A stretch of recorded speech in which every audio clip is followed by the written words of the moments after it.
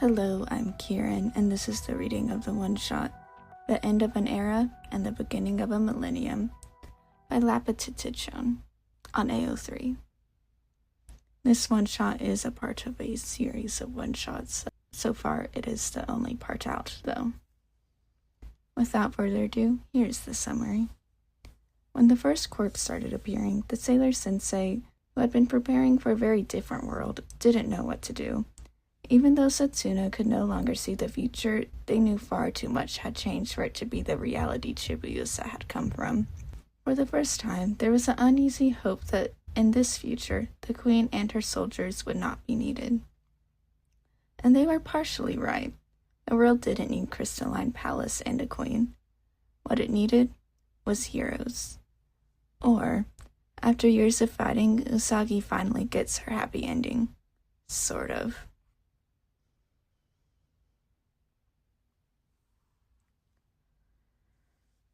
Usagi always expected that when the world changed, it would be in a blinding flash of cold, shimmering ice, and the world would be on the brink of frozen in time.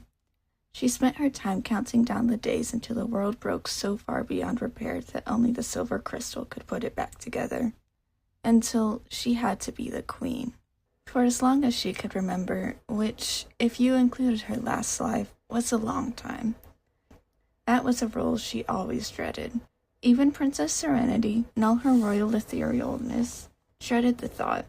All Serenity, Usagi, had ever wanted was freedom. Freedom from the rules of royal society. Freedom to love who she wanted. Freedom to live her life how she wanted, unburdened from war and bloodshed and death. The one thing all her incarnations have had, and always will have, in common, is that freedom was never an option for her, and life would always belong to the moon. And Usagi was destined to live in the shadow of Sailor Moon, Princess Serenity, and eventually Queen Neo Serenity. But the change wasn't world-shaking disaster. Instead, it came in the form of a silent, shining infant. When the first quirks started appearing, the Sailor Sensei, who had been preparing for a very different world, didn't know what to do. Even though Setsuna could no longer see the future, they knew far too much had changed for it to be the reality Chibiusa had come from. For the first time, there's an uneasy hope that in this future, the queen and her soldiers would not be needed. And they were partially right. The world didn't need a crystalline palace and a queen. What it needed was heroes. And in the name of the moon, I will punish you. Usagi giggled to herself as her kids called out her trademark battle cry, along with the old TV. She smiled to herself as she cleaned up the lunch dishes. She remembers when the TV show first aired. Ray had teased her to no end that she's been made into a cartoon for preschoolers. We obviously know you could relate. You're practically all the same. All you do is cry, eat, and sleep too. Usagi rolled her eyes at the memory, despite the many years that her and Ray managed to fight like they were teenagers. Mama! Usagi smiled as her youngest daughter, Kosugai, threw her arms around Usagi. The little girl's hair was in disarray, pink strands falling out of her rabbit ears, and a tear in her ocean blue eyes. What's the matter, Kos-chan? Usagi smoothed her daughter's hair with one hand and rubbed her back with the other. It's Bakugo, he tried to blow me up. Kosugai began to wail, and not for the first time she regretted to have a daughter so similar to herself. She never realized how lucky she was that Chibiusa took after Mamo-chan's temperament. It's okay, honey, I'll talk to him. She bent down and held her daughter until she stopped crying. After the tears subsided, she ushered her over to the other side of the carpet, thankful that the episode of Sailor Moon and Friends wasn't quite over yet. When she walked over to Katsuki Bakugo, he was already crossing his arms and looking upset. Katsuki. She held out her hand to him. Can you come with me for a minute? He looked like he was going to argue with her or cry for a second, but he eventually grumbled to his feet, not taking her hand but following her leads anyway. Even before he got his explosive quirk last month, Katsuki Bakugo was a handful. Now, he was an explosive handful. At least Usagi's days were never boring. Usagi noticed he was clenching the fist he tried to hide behind his back and frowned. Katsuki. She crouched down and waited for him to look in her eyes. "Did you hurt yourself?" she asked softly. His little face got all red and his eyes started to water. "It's okay." Usagi gently stroked the blonde's hair. The tears started falling in earnest, but Usagi didn't push. Sometimes you had to just wait them out, especially the kids as stubborn as Katsuki. After a few moments of silent crying, he held his hands out in front of him.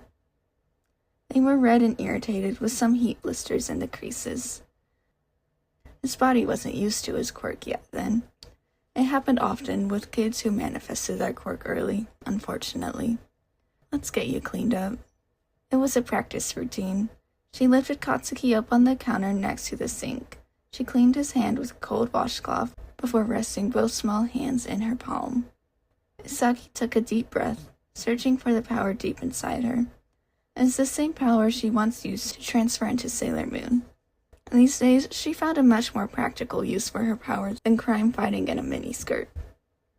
She grabbed the feeling of moonlight that lingered under her skin and pulled it out to the front.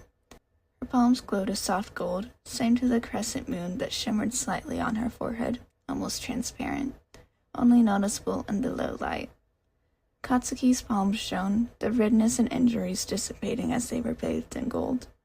Though it always felt much longer, the healing process only took a couple of minutes. Katsuki flexed his hands, testing the new skin. He was staring down at his palms, pointedly not looking at Usagi. But over the years, Usagi had learned patience. She watched the little boy work through his feelings with a small smile on her face.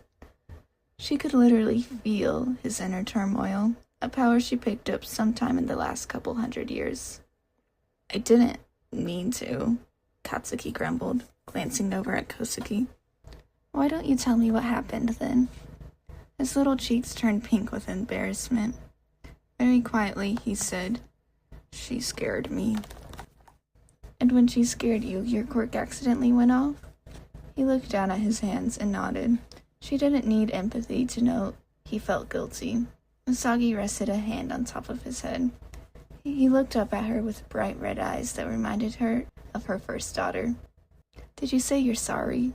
He puffed out his cheeks, looking as indignant as a 4-year-old could. "But she scared me." "You're right," she placated. "And she should apologize too. She shouldn't have scared you, but if you hurt someone, even if it's an accident, you need to say sorry. If you don't, the weight you feel here," she pointed at his heart, "will only get heavier." "But it's my quirk. If I can't control it, it's her fault." Katsuki's eyebrows furrowed, like that was the most obvious thing in the world. "Just because you can't control it doesn't mean it's not your responsibility." She bopped his nose lightly, and despite himself, he giggled. "Accidents will happen, Katsuki. They happen all the time. What matters is how we deal with them. You want to be a hero, right?" He nodded enthusiastically. "Well, heroes like All Might and Sailor Moon have to take responsibility for the damages they do during a fight. And even if they were trying to do something good, to be a good hero, you have to care about the people around you and how you affect them."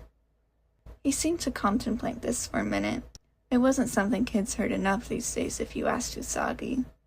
Society was too busy looking at the quirk and not the kid these days. She was starting to sound like her mother. "Okay," he said finally, looking up at her with a determined look. "If that's what All Might would do, I'll do it." "I'm proud of you, Katsuki. Being kind is the hardest thing a person can do, and you're doing very good at it." She smiled at him and helped him off the counter. "That's because I'm the best." He puffed out his little chest, and Usagi couldn't help but chuckle. "Just like All Might." Maybe it was vain, but Usagi couldn't really believe that buff upstart was what children looked up to nowadays. He hadn't even been around 50 years, and already Sailor Moon was becoming more of a thing of the past. Although she couldn't help but be pleased that he said in an interview that she was his inspiration to become a symbol. Truthfully, she wasn't really sure about the whole symbol business, because Sailor Moon had always been, and will always be, a symbol. It wasn't a fate that she would wish on anyone. She often found herself hoping he was doing okay. Usagi followed Katsuki over to Kosuke.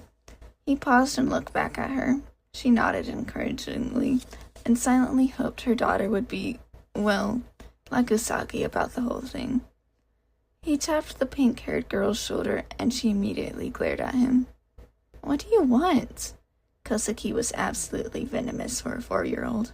He crossed his arms, and for a second Usagi thought they were going to fight, but instead he said, "I'm sorry, I almost blew you up. It was an accident." Kosuke at him. "You should be." "Kosuke," Usagi scolded. "It was very nice of Katsuki to come apologize. Now I think you have something to say sorry for, too." Kosuke turned to glare at her mother, but Usagi didn't back down. She raised her eyebrows at her daughter, who started back defiantly. "Okay." Kosuke turned back to Katsuki. "I'm sorry you're such a scaredy cat." Katsuki's clenched hands started to smoke. "Kosuke Tsukuno." Usagi didn't yell, but it wasn't your thing. Kosuke stuck her tongue out at Katsuki, and all she could think was, "God, why is she so much like me?" "You apologize right now for scaring Katsuki and the name-calling. And if I hear you name-calling again, you'll be in big trouble. Do you understand?" Kosuke nodded and grumbled out an apology. Katsuki held his head high, like he was above the whole interaction. "I'll forgive you, because that's what a hero would do. Not that you'd understand." Usagi had to quickly separate them before they got into another fight, and both of them got into trouble. She spent the rest of the day playing Keep the Problem Children Away from Each Other, with minor success. She only had to break them up 2 more times. Neither of them had to involve timeouts, so she counted that as a win. Usagi stood outside the school at the end of the day watching Katsuki and Izuku Midoriya, one of the cutest kids she'd ever seen, second to her own kids, run down the street. Inka Midoriya trailed behind them, watching with a fond smile on her face. Inka was school friends with Katsuki's mom, a woman just as headstrong and loud as her son, and was usually the one to pick Katsuki up. His parents were terribly busy people. According to Minako, they were rather popular fashion designers. Still, she couldn't help but think of the lonely little girl from the future, desperate for her parents' attention, when she thought about the family too long. "Hey there, Bunny." Mama-chan practically materialized next to her, scooping up the daughter and spinning her around. "What about me?" Usagi said playfully, crossing her arms and raising an eyebrow at him. "I could never forget you, Usako." He grinned at her and gave her a kiss on the cheek. "How was school?" Usagi sighed and leaned into his side like she'd always did when she was tired. Kosuke wiggled out of his arms to grab her things. Usagi groaned when her daughter took off in a dead sprint down the hallway. Again. "I feel like I should be apologizing to my mom. Again." She rested her head on his chest, and she could hear him laughing. "That bad, huh?" He smoothed a hand over her hair and kissed her forehead. "I never realized how much Chibiusa was like you until Kosuke was exactly like me," she whined. "If I ever say I want to have another kid, don't listen to me. I've lost my mind." He laughed at her pain like the traitor he was, but he was so comfy she didn't move. "Are you sure the real reason isn't that you couldn't think of any more rabbit-themed names?" She leaned back and pointed a finger at his smirking face. "Hey, Kosuke was your idea, mister." "But you agreed." He shrugged. She smacked his shoulder and laughed. "You're the worst," she complained. But when he opened his arms, she fell right back into him. "I'm ready." Kosuke ran up to them, trotting around her Sailor Chibi Moon backpack, a present from her favorite Aunt Minako. She thought about scolding her daughter for running, but decided to pick her battles. School was over and they still had to get through dinner. "What did you learn today at school, Ko-chan?" Mama-chan took their daughter's hand and gave her his undivided attention. It made Usagi smile. Seeing what a good father he was just made her love him more, if that was possible. The role suited him much more than being a king, she thought to herself. They walked down the streets of Musatafu together, the sound of Kosugi's rapid chattering filling the cooling autumn air. Soon the dying leaves would fall, as they did every year. But after all the time, she still found the sight beautiful. They soon reached the home her and Mama-chan had shared ever since Musatafu was Tokyo, when she inherited it from her parents' passing. It wasn't exactly the same, but it had to be rebuilt after it was destroyed in the war against quirks, along with every major city in Japan. Tokyo had moved afterwards, rebuilt in a less devastated place, and Musutafu had risen as the quirk capital of Japan. It wasn't common knowledge, but Usagi had helped build up the houses around her with her bare hands. She would never forget. "Kosugi, shoes!" Usagi yelled after the pink-haired girl as she burst through the door.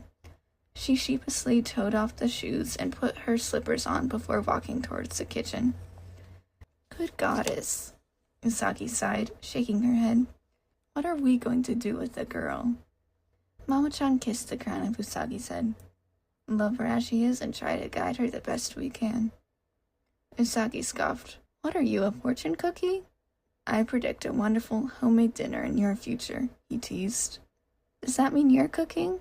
Usagi had gotten better at cooking over the years, hard not to when you lived so long, but she could now admit that it wasn't one of her strengths. The steps always got muddled in her head, and she kept forgetting or misremembering things. "If it pleases the lady." He gave a little bow, and they both laughed. While she had gotten used to be more mature, Mama-chan learned how to be sillier over the years. It was a good look on him.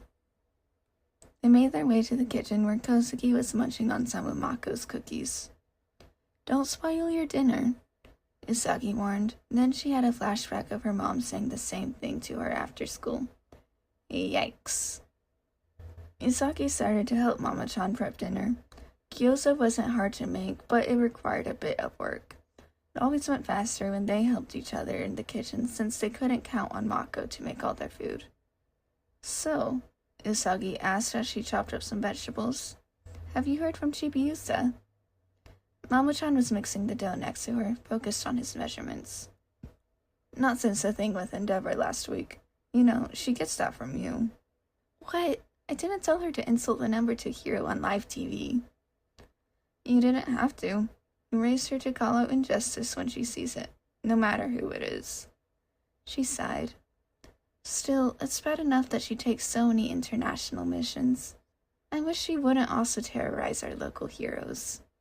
You trusted her with the Millennium agency for a reason. Besides, those heroes needs to be terrorized.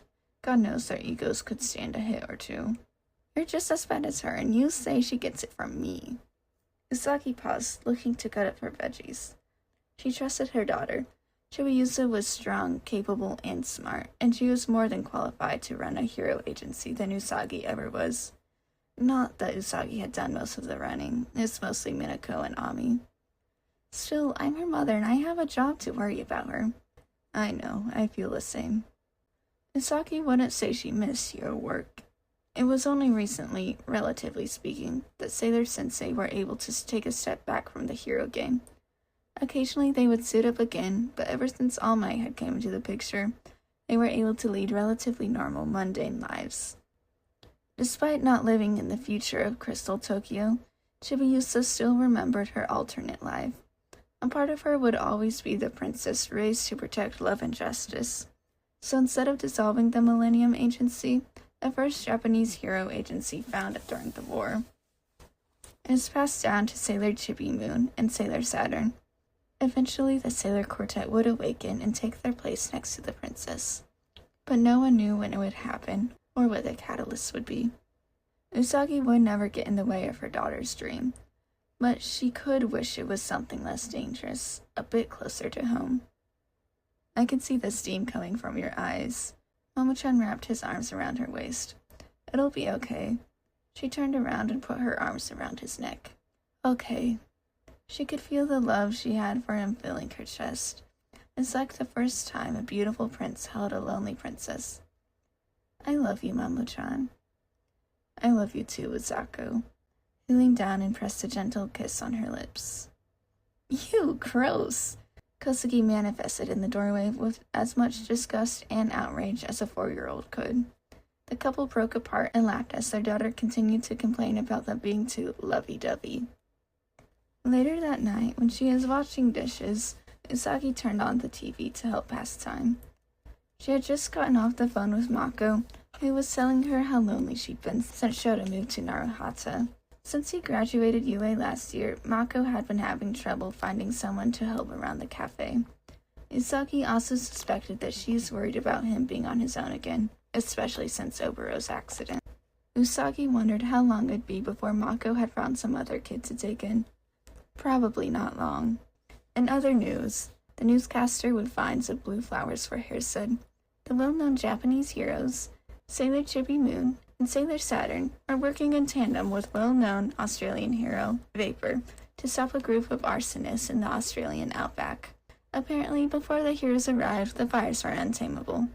It's unclear how they managed it, but the Japanese heroes managed to put out the raging fires and help the Australian government arrest the offending parties. Usagi tuned the woman out to focus on the footage of Chibiusa using the pink crystal to freeze time, then turn it back. She watched as houses rebuilt themselves, bathed in soft pink light. It was amazing the power her daughter had, so much like her own, yet so different. The next shot showed Sailor Saturn using her silent wall to protect a group of civilians from a large blast of fire, not a scratch on anyone. Usagi smiled softly to herself as the TV played footage of Chibiusa leading efforts to reunite families that were separated in the chaos. Is that Oni-sama? Kosugi practically scrambled up the counter to get closer to the screen. Usagi laughed and helped her daughter up. Wow. Kosugi looked at Chibiusa, like she hung the moon and stars in the sky. She'd always looked up to her bigger sister in a way Shingo never did with her. I want to be just like her someday. Kosugi smiled so brightly she could rival the sun. The thought of Kosugi wanting to be a hero, it scared Usagi more than she'd like to admit. But she found herself smiling along with her daughter. First, you have to get good grades. Usagi petted her daughter's hair. And stop calling people names. Kosugi, predictably, didn't like that very much, and immediately started whining. Usagi smiled all throughout it, because in the end, she had 2 beautiful, healthy daughters, a loving husband, and a peaceful life she'd always dreamed of, full of friends and family. These small moments of peace were what she spent years fighting for, and she'd be damned if she didn't enjoy them, even if they weren't made to last.